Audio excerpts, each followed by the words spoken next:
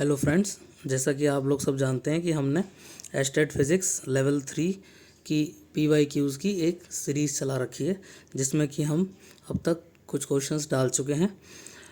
और अब आज हम इसी सीरीज़ को आगे बढ़ाते हुए आपके लिए एक और नया क्वेश्चन लेके आए हैं। ये क्वेश्चन है 2022 का सेट ए का question number 137।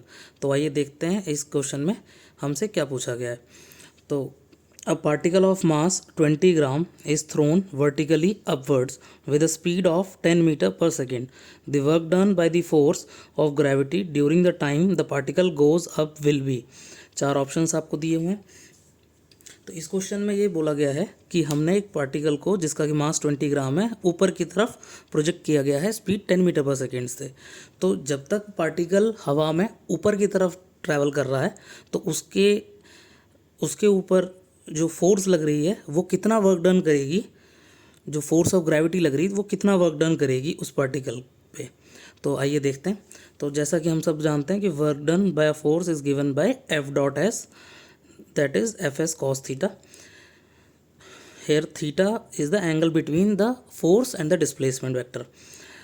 Now here in this question force mg is acting downwards but the displacement is in opposite direction, that is upwards। मतलब कि पार्टिकल तो ऊपर जा रहा है पार्टिकल ऊपर जा रहा है बट फोर्स mg नीचे की तरफ लग रही है। और पार्टिकल ऊपर जा रहा है इसका मतलब डिस्प्लेसमेंट भी ऊपर की तरफ हो रहा है, बट mg फोर्स जो है वो डाउनवर्ड डायरेक्शन में लग रही है। तो जो angle between the force and the displacement vector होगा वो क्या हो जाएगा, therefore theta is equal to 180 degree. Work done will be F S cos 180, that will be minus of F into S. तो force here is mg and the displacement at the maximum height will be h, capital H is the maximum height that the particle has achieved। अब आगे क्या होगा, eight highest point, जब particle अपने highest point पे होगा तब mgh जो उसकी सारी पोटेंशियल जो जितनी भी हमने काइनेटिक एनर्जी उसको प्रोवाइड की है वेलोसिटी देके, इनिशियल वेलोसिटी देके, वो सारी उसकी पोटेंशियल एनर्जी में कन्वर्ट हो जाएगी जो कि mgh के बराबर होती है। तो mgh will be equal to half mv square. Whole of the kinetic energy will convert into potential energy. तो हाफ mv स्क्वायर कितना होगा, हमको मास दे रखा है, वेलोसिटी दे रखी है हाफ इंटू मास 20 ग्राम, 1000 से डिवाइड करके इसको किलोग्राम में चेंज करेंगे।